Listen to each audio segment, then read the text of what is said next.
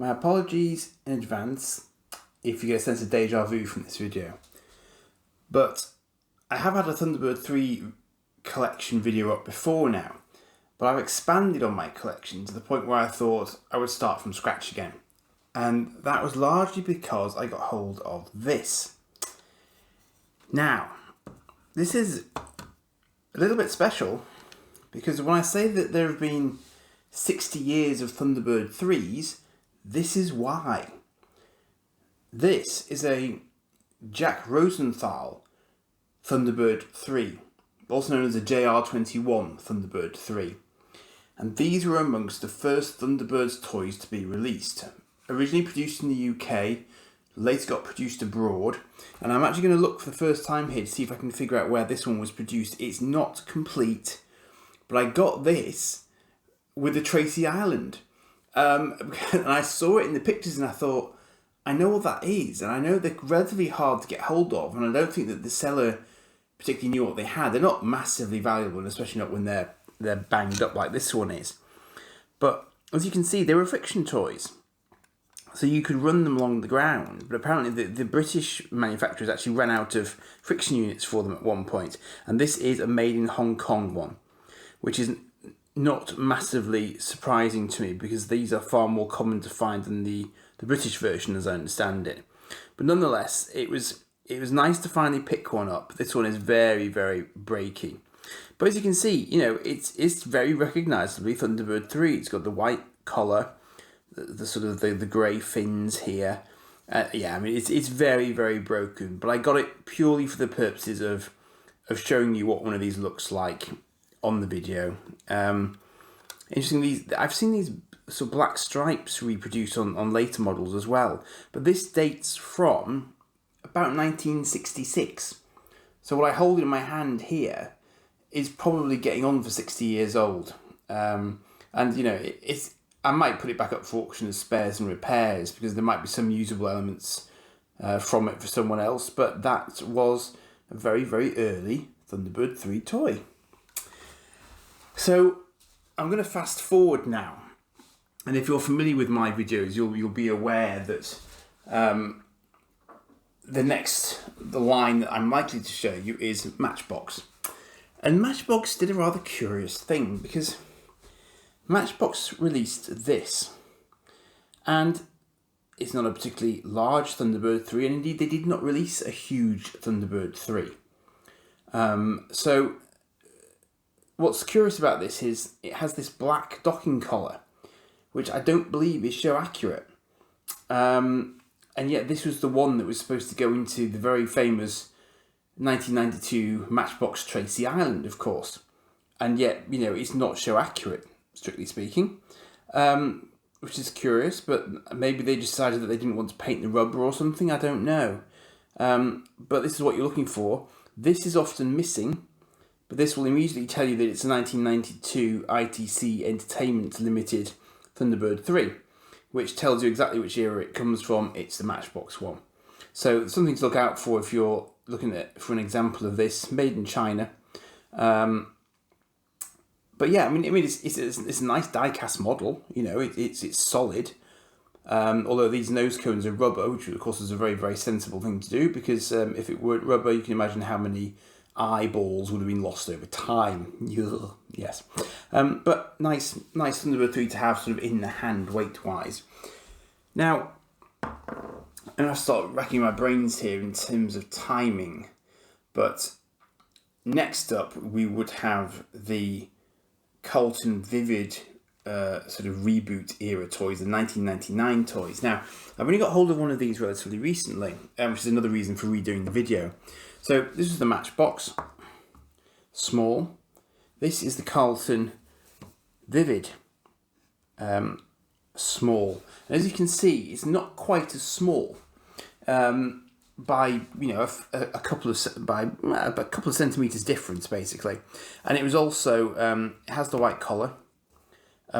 Otherwise, details slightly lighter grey, but generally bigger, more plasticky. But it does have a sound effect function here, but achieved by pressing that button.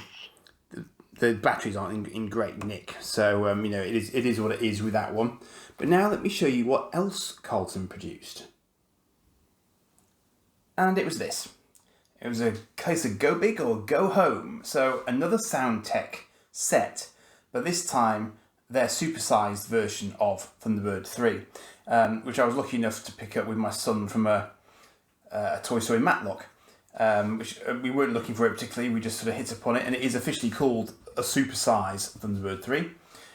6 authentic phrases and engine sounds, various play options, little tiny Carlton figures fit inside it, and he comes with a few accessories as well himself, Alan Tracy.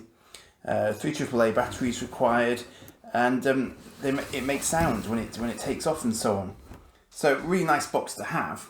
You can see here sort of advertising the rest of the Soundtech range that was around, and this was, I say, 1999 kind of time. So this was another sort of second wind kind of opportunity for the Thunderbird's toys, and then there'd be a bit of a gap. But various mini playsets, and most of these I've now shown you on the channel. Actually, you've probably seen most of these. Probably not Attack of the Alligators, because the last time I saw that it was quite expensive, and it's basically a big alligator toy and some little figures. So I'm not that fussed about that one, but for completeness, maybe one day if I see it at a reasonable price, I might think about it. So let me show you now the actual toy. So this is the supersize Thunderbird 3, and it is a super size. Let me show you by way of comparison the smaller Carlton Thunderbird 3. And as you can see, it's dwarfed. It really is a big, I mean, call it a play set if you like, I don't know. But it's impressive. It's impressive size-wise, no two ways about it. Quite a straightforward way to tell it when it's been lifted off, because when it's down, that'll be depressed. When it goes up, if you're lucky, you'll hear a sound effect. There should be more sounds, but unfortunately I think this one's battery has more or less expired, but no, it did play ball for me a second ago, but it's had its day now. So various sort of functionalities going on here. I'm not actually that familiar with this one, but there's a whole sort of play section in here. That's what that does. I was forgetting. And that lift actually goes up and down inside the ship, and this is what it did in the series. You know, they actually got aboard Thunderbird 3 here, and were then sort of lifted up through the body of the ship, and then eventually you end up at the top here, and this does open up. I can just get this right. I need fingernails. There we go. Oh, it is trying to make a noise. There we go.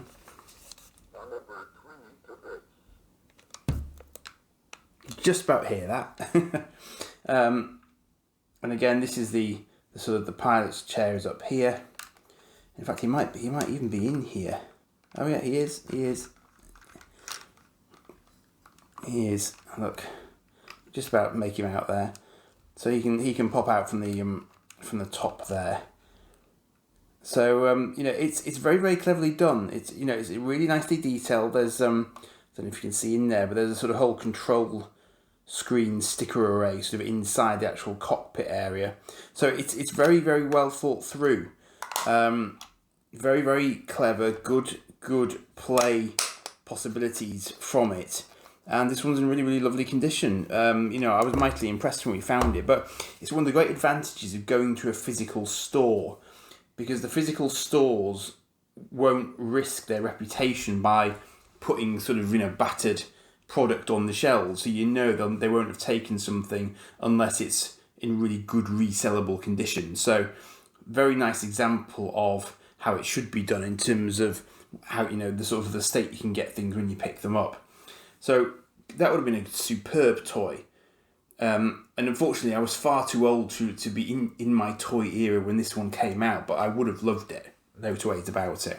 Because it's a very, very classy rocket ship, you know. It just is.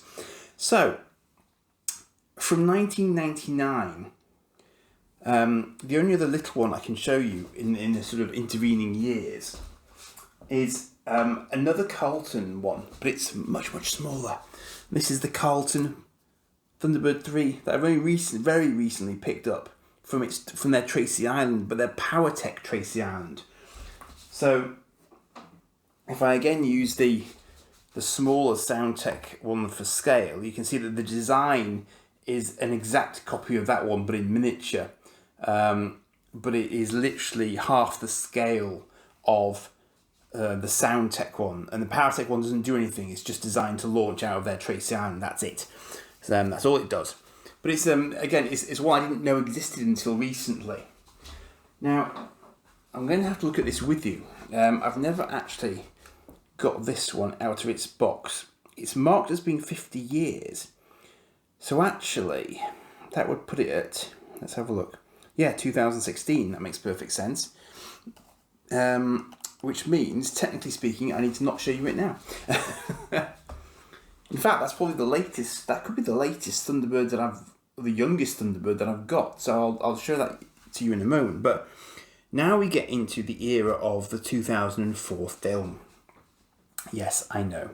And I have a smorgasbord of Thunderbird 3s from that film. I have ones with wheels. I have ones, the sort of plasticky, bendy things without wheels.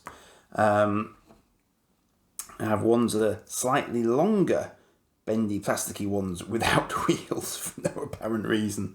I have really wibbly wobbly ones with a slightly different colour of red. And again, another sort of slightly different scale. I mean, you can see they were going absolutely crazy for their Thunderbird 3s, even though it spends most of the film in a battle-damaged state, as I recall. So, quite a random selection. You can pick up a lot of them, and these frequently get bundled with Tracy Islands, which is how I've come to have such a random variety of them there. Now, interesting, some of these were produced by Bandai, who obviously, are good, solid manufacturers of such items, but I can't actually immediately see, even with my glasses on, as is often the way these days, whether or not any of these are labelled as being produced by Bandai themselves. Very hard to see the actual sort of maker's mark on them for some reason.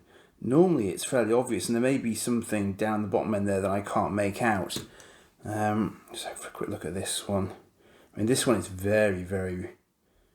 I'm not even sure how official this one is, but there's nothing I can see on there immediately that distinguishes it. But some of these were actually designed for the Bandai Tracy Island as well, that came out, and it's a very atypical sort of Tracy Island, as you'll see from my Tracy Island video, but it does exist, and there is writing down the side of that one, but I can't decide if that's Thunderbird 3 writing or if it's supposed to be identifying who made it. Just can't quite make it out the way I'm looking at it now. I can see ITC Entertainment mentioned on it, but that's about it, I'm afraid. So just to be aware of that particular era, that there are a lot of 2004 sort of era Thunderbird 3s knocking around. Now, I'll just throw this one in as we're talking about random ones. Firebirds, a Thunderbird 3 knockoff. Which I think I saw it on an eBay auction actually, and I randomly picked it up just because. And as you can see, it does share quite a few design similarities with Thunderbird 3, but has a sort of a US flag on the side of it, and somewhat different coloration to try and distinguish it, and rather daft wheels on it. But as you can see, they didn't stop there. They also did moles, which apparently are space missiles, Firebird wands, and so just kind of pretty sort of odd knockoff kind of collection, but you can see what they were going for there, bless them. Just thought I'd throw that in there for a little bit of variety. So let's move on to 2015, when we get a new Thunderbirds animated series, which is Thunderbirds Are Go, a mix of CGI and real world, and unfortunately this one's lost its tip, but this is their sort of equivalent of the Soundtech Thunderbird 3, except that it does do a little bit more. So one of the things that they chose to do with this Thunderbird 3 was give it manipulator arms, which I loved as a concept. I thought that was a superb idea. So it can actually use these to grab onto satellites and so on in the sort of slightly larger versions. But fair dues to them, that was well played, I thought. Now, I think that were its batteries working, that would produce sound when you twist the sort of central section there, as would that. So that would have, that I think would, that flips the arms out actually, there you go. It flips all of the arms out at the same time. I was wondering what that was doing. I thought that might have been a sound effect one, but I thought the middle section was a sound effect one, and I think it is, if it were working. But again, you know, nice little playability functionality to it. I'll use my Sound Tech one as a yardstick, and you can see that even though they are subtly different, but it is still very much Thunderbird 3. And I always give the Thunderbirds Go series a lot of credit for that, because they didn't depart radically from what we're used to, and yet it is also different. But they don't go anywhere near as far away from it as arguably the 2004 film did. So kudos to them for that one. And this is now has a special place in my heart, because it's the sort of series that I watched with my son. And that was his exposure to Thunderbirds from quite an early age. So, you know, it's a nice one for me, that. Now, because this was Vivid again, so just as the last large Thunderbird 3 I showed you was Vivid, so too is this one. But obviously, Vivid 15 years down the line. So now we have this. Which pretty much doesn't fit on the screen, but that gives you an idea of how it compares to the original Vivid supersized Thunderbird 3. It is bigger, considerably bigger, in fact. Not just by a nose, it is substantially bigger. And one of its unique selling points, although it won't be functioning right now, is that it used sort of what was then quite recent vape technology to produce an exhaust from the bottom of Thunderbird 3. Obviously, the electronics are more advanced in this one than the original, but you know, a lot of the sort of ideas were similar, apart from things like this, where you got a drill bit at the top of Thunderbird 3. So if it needed to moor itself into an asteroid, it could drill into the asteroid and settle down, and then it just disappears again, of course. And you can also, I believe actually, you can also make the drill bit go round by a good old-fashioned sort of physical tool there. So again, very, very clever idea, you know, making full value out of what they've got available there. And I'm hunting for a hatch, because I'm pretty sure there is a hatch up the top here.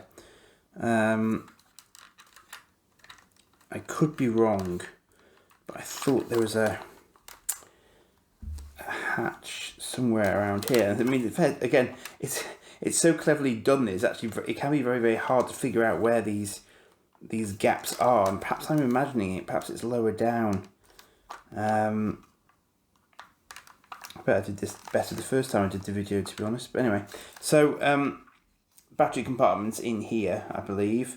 There's the hatch. There it is. Slightly lower down now, I was remembering. So there's the hatch. 2 pilot seats there, which is good stuff.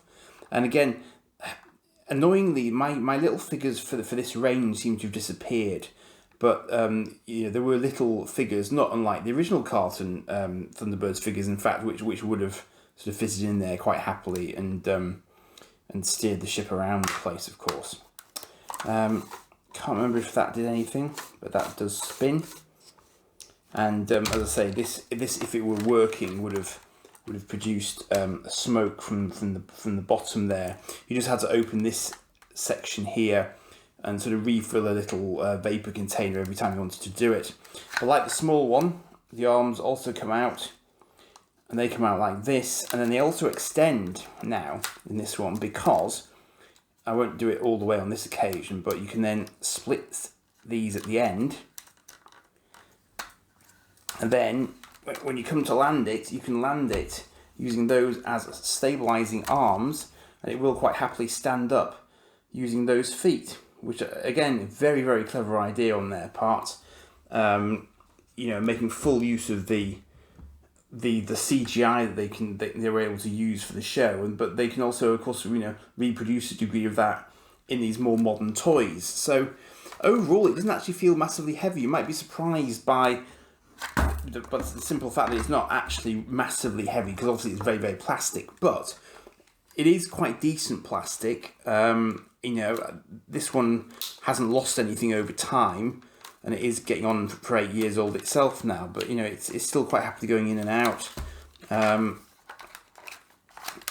I say, it's a shame that I haven't got the sound up and running for you, but it would do various sounds at various times, as you might expect from this sort of era of Thunderbird 3. Now, one more model to show you, because this is, obviously this is kind of bang up to date, being 2015 at the time of recording.